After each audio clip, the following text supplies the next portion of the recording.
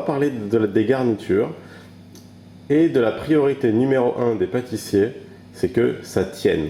Il y a cette notion de tenir qui fait que lorsque vous voyez le Paris-Brest, il ne s'écroule pas sous vos yeux. La crème qui se trouve au milieu tient. Les macarons, pareil. Et comment les choses tiennent comme ça? Par deux choses, le beurre ou la pectine. Donc ici, j'ai 4 types de garnitures. On va commencer par celle-là. Celle-là, c'est une crème pâtissière. C'est une crème pâtissière qui a été faite avec cette recette. Donc ça, c'est une recette crème pâtissière vanille. Moi, je l'ai fait à la noisette, mais c'est exactement le même dosage. C'est quelque chose qui est hyper beau, qui est hyper élastique, qui n'est pas trop beurré. On n'aime pas rajouter du beurre en trop et qui tient. Oui, c'est quand même quelque chose qui tient, quoi. Ça, c'est suffisant pour le poids des coques de macarons. Par contre, pour les Paris-Brest, ça ne marchera pas. Ici, par contre, on a une crème au beurre que vous pouvez réaliser avec cette recette qui, par contre, tient hyper bien puisque vraiment, là, vraiment, c'est du beurre qu'on a.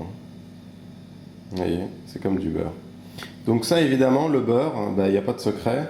Il est dense, il tient à utiliser. Pour les Paris-Brest, vous pouvez aussi utiliser pour les macarons, puisque plus léger tient, mais ça ne sert à rien de rajouter du beurre en trop.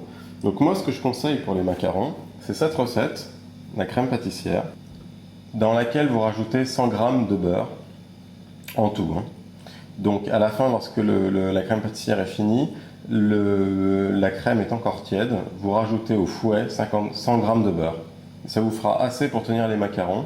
Vous dérivez cette recette, vous enlevez la vanille, vous mettez de la crème à la noisette, de la crème à la pistache, vous mettez de la crème à la cerise, et ça marche très bien. Voilà, c'est comme ça que vous devez penser pour vos macarons. Ici, on a vu, c'est plutôt pour le Paris-Brest. Et ça, qu'est-ce que c'est? Donc ça, c'est la magie. Ça, c'est ce qu'on appelle une ganache. Donc les ganaches, c'est un nom particulier qui désigne toute garniture à base de chocolat. Et pourquoi on lui donne un nom particulier? Parce qu'il y a déjà du beurre. Il y a déjà du beurre dans le chocolat.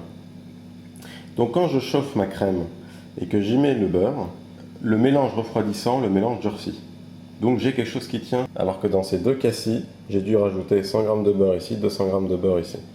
Donc là, j'ai quelque chose qui tient naturellement, c'est ça la puissance du chocolat. Donc la ganache a un avantage, c'est sa simplicité. Il suffit de faire fondre du chocolat dans de la crème, et ça y est. Donc ça, c'est simple. Les macarons au chocolat, ben voilà, ça va être 150 g de chocolat pour 7 centilitres de crème. Ici, on a l'autre raison pour laquelle les garnitures tiennent, c'est la pectine. Donc des fruits, comme celui-ci, comme la fraise, l'avantage de ces fruits-là, ils contiennent de la pectine. Donc si j'en fais une confiture, ben vous avez l'expérience depuis votre enfance, les confitures ça tient, c'est assez épais, quoi. Mais ça, c'est l'effet de la pectine. Donc c'est très simple, si je veux faire une garniture à base de fruits pour les macarons, il suffit de faire une confiture selon votre goût, allégée, plus ou moins sucrée, etc. Sachant que les fruits en contiennent déjà du sucre. Donc voilà, libre à votre imagination, la base c'est la ganache, 7 centilitres de crème pour 150 g de chocolat noir. Vous faites fondre ça, vous avez quelque chose qui tient.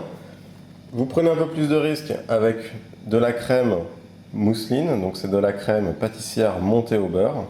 Pourquoi plus de risque? Parce qu'elle ne tient pas autant, mais pour les macarons c'est suffisant. Vous prenez aucun risque avec la crème au beurre, celle-ci, mais par contre, vous prenez des calories.